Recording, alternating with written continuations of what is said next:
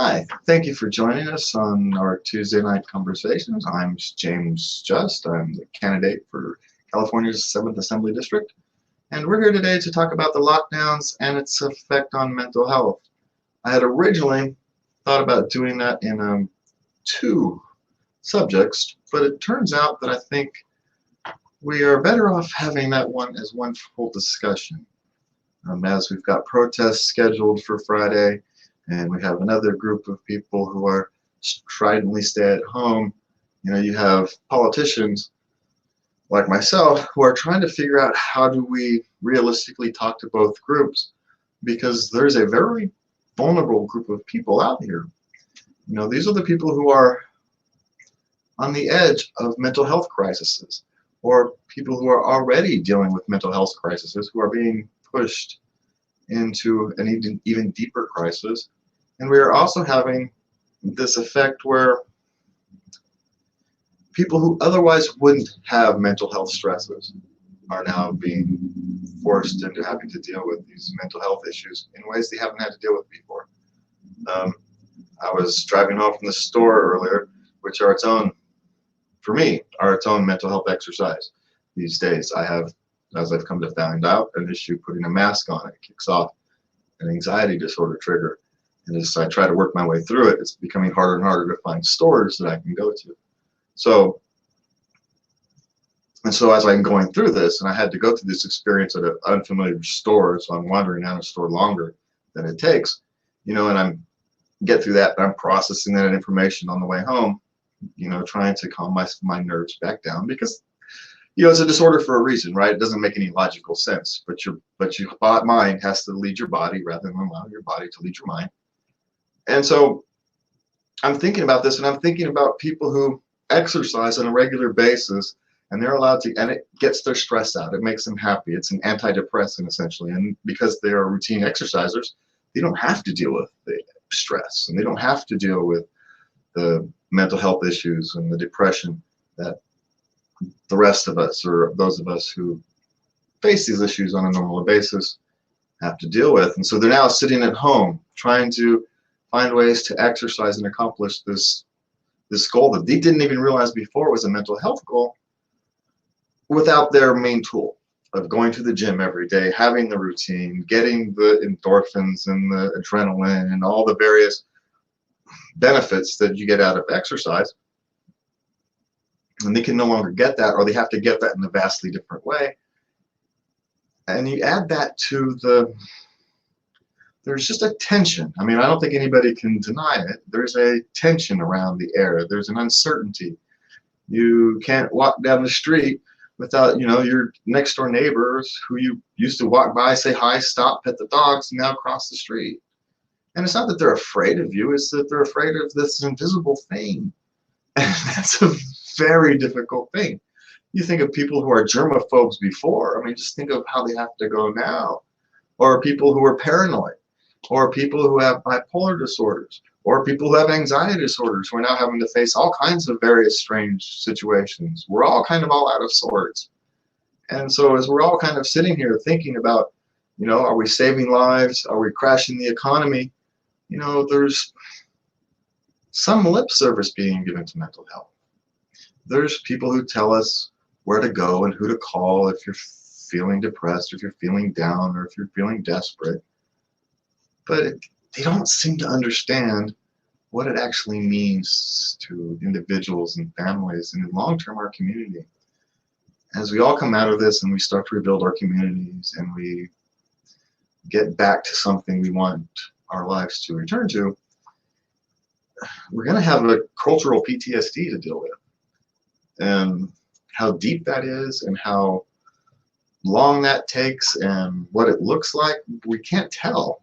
Right? There's no telling these things, but it's going to be there. And so we're going to have to completely rethink the way we think about delivering mental health in this state, and quite frankly in the country, because our normal way of doing things is no longer going to function. We can't have a significant portion of our mental health dollars being siphoned off to administrative costs or to ineffective programs that don't actually reach the average person. Mental health isn't cheap, but it also doesn't have to be exceedingly expensive. And we're just going to have to figure out that way. I mean, you can see a very good counselor for $200 a month, twice a month. And so if we can find some way to get direct payments to these counselors, and you can actually probably get an acceptable counselor for $75 a month, right, per visit. And so there's ways to accomplish this. And we have to actually reach out to counselor groups, and we have to reach out to the mental health organizations. We have to ask them to come up with solutions. How do we deliver mental health cheaper and more efficiently? Because we can't keep doing it the same way we're doing it, because it's going to fail. Right? The oncoming issue is too big for our normal mental health systems. They will crash. They need to be reserved for the most serious cases. And for those who aren't, the less serious cases that can be dealt with out in society, right? That's how we have to figure out how to deal with those. We just have to. And people like me who can relate to people who deal with mental health issues, we don't have answers. No one has answers. I think that's one of these things we have to talk about. No one has answers. We have questions, we have ideas, and where we get answers is by sitting around and talking to each other. And if that means these days sitting around talking to each other over Skype or Zoom or whatever system you want to use, that's fine. We're going to have to get used to it. We're going to have to deal with it. And people who are not comfortable with that are just going to have to get out the way. And someday we will get back to be able to see each other, be able to hug each other, be able to shake hands. But, for the next few months, until election season's over, this is how we're going to have to communicate. The plus side of that is, and, it's trying to look for silver linings, right? Let's try. The plus side is politicians are now going to be forced to relate to individual voters. Voters are no longer going to don't have to rely on groups to communicate directly with their legislators, with their leaders. They can now communicate directly. Leaders like me can now communicate directly. I can go to a Facebook group, or I can go on Instagram or Twitter, whatever social media is your preference. I don't actually do those two very well, but whatever social media is your preference, you can actually go directly and talk directly and converse directly with your constituents and have these difficult conversations in a long format. And I think that's what we actually need to start having. We can't have complicated conversations in simplistic forms. It doesn't work. Maybe it was needed back when conversations and information moved slow, but information no longer moves slow. Conversations can happen easily and quickly, and there's no reason to accept less. So as we come out of the lockdowns, as I was actually happy to see that the tone of Governor Newsom's speech has changed. His substance hasn't quite changed yet, but his tone has changed, and it changed essentially overnight, which was actually nice to see. It's nice to see we're starting to change direction. I think honorable people can disagree on exactly what we should be doing and what we shouldn't, but I think we're all trying to make difficult decisions in a difficult time. When it comes to these protests, I support everybody's right to protest. If I was just the vice chair of the Sacramento County Libertarian Party, I would definitely be out there, but I'm not. I'm a candidate for assembly, which means I have to represent all people of my district, and my district is exceedingly divided. And so I have to figure out a way, how do I talk to both of these groups?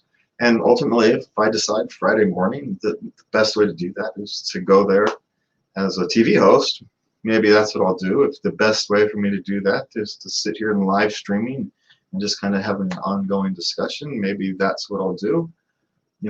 Maybe I'll just go to work that day and work on Amazon. I think I have a block scheduled, and just kind of punt. That's kind of seems to be politicians' favorite things. I actually haven't decided, because this is a tough thing, and quite frankly, if you've decided at this point without having that pressure of that being your actual job, I think maybe you're not actually the leaders that we're supposed to be. People who lead parties like the Libertarian Party or people who lead interest groups. Yes, that's what their jobs are supposed to be. They're supposed to be out protesting. They're supposed to be on the leading edge. And yes, there's supposed to be people at home saying, you know, we're not entirely sure that's a great idea. It's that conversation that we need to be having, because there is a conversation about basic human rights versus community rights. And if we silence either side of that conversation, that's when human tragedies happen. And I'm not willing to stand by and watch human tragedy happen. So what we're trying to do is allow both sides to speak, allow both sides to speak freely, speak honestly, speak openly. And let's try to dial down the toxicity of the discussion. Let's start to hear each other, because we both have fears. We both have priorities. We all have wants, needs, and desires, and no one wants to see anybody hurt. So with that said, let's try to find some positives going forward. You know, I've always wanted to run a positive campaign, and this situation, COVID situation, the virus has made that difficult, but not impossible. And so let's look forward. I think we can all come together in conversation and start finding our ways forward, because no one person has an answer. No one person is going to be right. In fact, a lot of people are going to be wrong. A handful of people are going to be able to say, I told you so, but they got lucky. Let's be honest. Because anybody who says they knew it was going to happen was lying. So I think we have a couple questions we can answer at the end of this. For the old man who's getting blind. All right. Do you think our district businesses are healthy and successful? If not, what would you do to change that? Well, that essentially depends what type of business you were in and where it was. If you were a favored business in a favored area, you did quite well. If you were a business in certain areas of the city, you know, you're doing okay. But now with this, you know, the lockdown situation, it's hard to say how many of those businesses are going to be doing well. I think, you know, everybody's going to be struggling. And how we come out of that is an open question. I think first things we have to do is kind of simplify the world for these business owners. We can't have endless reams of regulations that small businesses have to go through to get permits and licensing and all this various stuff. It's too costly in time, it's too distracting, and it creates an unfair advantage for big businesses and those who can write checks to lawyers to figure it all out versus those who have to sit down there and do it themselves. So it has to be simple enough so that individuals and small businesses, and especially people in economically depressed areas, can get started without a bunch of hurdles.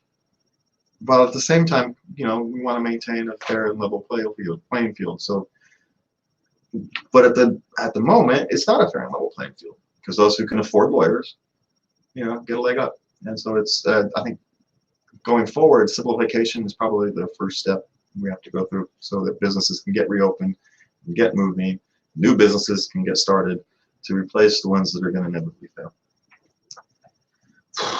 Man, I was trying to get positive. That's just not very positive. What is more important in our district right now? Building new homes and commercial spaces, or rehabbing and better utilizing our existing homes and storefronts? I don't think that's actually a simplistic answer. I don't think either one's more or less important than the other. I think these are questions individual communities and, you know, in the marketplace, I said marketplace, and the people of individual communities have to decide. I mean, we call it the marketplace because that's essentially what it is. It's individuals deciding what they want to do with their communities. I think what we have to be careful of as we go forward is to make sure that these communities stay with community ownership, right? We want investment in our communities to stay in our communities. We want people of our neighborhoods to be starting businesses and owning those businesses. We don't want them to have to give up control and ownership stake to investors. There was a story out of the Wall Street Journal, I believe this morning, that the government spent the money on junk bonds to Wall Street. Well, they could have spent that money on junk bonds to small individual businesses in depressed areas. right? And then when those junk bonds get paid off or not, the ownership of those companies stay in the neighborhood. And so I think we have to keep, again, it goes back to organic communities and keeping ownership stakes in the community. You want seed money from the rich people. You want it to seed money in. But when that seed money is paid off, you want them gone. Right? You don't want them to have current long-term ownership of those companies. You want them to invest, get their money back, get a decent return, and then get out. And if that requires government backing of bonds or tax favorable status or something, we can work out the details. But we have to find a way to get that money from the top invested into the bottom, and sucking a bunch of it off from the government, it ends up being trickle down economics because they just give it to the top. So instead of taking money from everybody and giving it to the top, we want to encourage the top to invest it in the bottom so it comes up. All right. Some people in our district feel we have traffic problems. How would you mitigate these concerns? Yes, we have traffic problems, but in a sense, Sacramento has caused their traffic problems themselves. They have made decisions that have deliberately made traffic worse. They call it traffic calming, or they've, vision zero, and whatever you want to call it. The end result is traffic is now worse than it was before, despite the fact that traffic usage wasn't up all that much. And so we're just going to have to actually make a decision here locally, and it's not necessarily something an assemblyman can actually deal with. This is something the city of Sacramento and the residents of Sacramento have to do. I mean, I can give a voice to those who oppose these policies, but they're going to have to vote differently to get people in who will put in traffic policies that actually encourage better traffic flow. You can't take away lanes and then be surprised that traffic is increasing. Yes, we want to make bicyclists safer. We want to make pedestrians safer, but you don't make them safer by creating more traffic. You just create more traffic. How do you plan to involve residents in decision-making processes in our district? Well, part of the thing is doing things like this on a regular basis. You come out, you have conversations with the public every couple of days. You don't wait. You have open-ended conversations. You do more AMAs, those kind of things. But you also make sure when you're having a policy decision like AB 5, you reach out directly to individuals who would be affected. And it's never been easier than it is today. You can go to a Facebook group and just make a simple post and say, hey, we're working on this bill. What do you guys think individually? Here's a survey monkey thing. You can go take a survey and let us know. And no, it's not scientific, but at least it lets people be heard, and at least they'll feel heard and engaged in the process. You have to actively try to engage people in the process. They're disenfranchised and disconnected for a reason. And it is our job as community leaders to re-engage them. We can't just say, oh, well, we're here waiting for them. One of the things I want to talk about is we had a Aggie Square. It's actually happening just a few blocks from our house. And I was watching a presentation that was kind of billed as community outreach. You want community feedback. But essentially, as I watched it on the live stream, on the recording of the live stream, it looked more like a timeshare sales pitch than it did a community outreach event. And so I think maybe just when we do these community outreach events, we have to rethink how we do them, just structurally, not structure them so much as a sales pitch. Make sure we structure them as, hey, we actually want to hear you first, and tell you what some people are thinking. Let's find out what you are thinking, and it's not that I don't think anybody's trying to do it. This thing has been done one way for so long that it's become habit, and I think we just need to start thinking outside the box. Do you think there should be stricter rules and regulations on the use of money in political campaigns? No. They don't work anyway. I can give you a perfect example.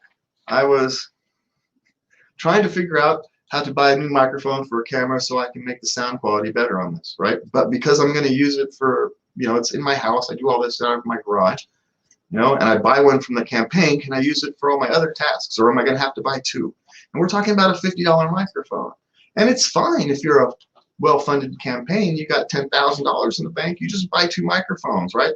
The candidate who's usually has enough money to buy a $50 microphone, and the campaign usually has enough money to buy a $50 microphone. And if the campaign doesn't, the candidate just donates $50 to the campaign to buy the microphone, then he buys his own microphone. But for grassroots or low income campaigns, or campaigns where people who are running for low income, that's buying 2 microphones, as small as an investment it is. Why would you do it? If you're someone who's grown up pinching pennies, and all of a sudden you've got to buy 2 microphones so you can use one for personal use, one for business use, and one for business and personal use, and then one for your campaign use, even though it's all getting plugged into the same camera that you owned before you started doing the whole thing. It's all bazonkers and cattywampus, and it doesn't actually do anything. You want me to document all this stuff and then submit it on a website so everybody can see? That'd be great. I could prefer that. What we need is simple and open rules. We don't need a long list of strict campaign rules. All it does is benefit well-funded campaigns. It doesn't help the small campaigns. It doesn't help the grassroots campaigns, and it sure in the hell doesn't help the poor people who want to run for office.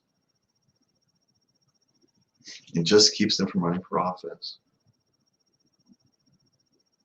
I'm lucky. I have, my grandfather's house that shields me from some of this, and which allows me to do what I'm doing. Most people don't have that. I am insanely privileged.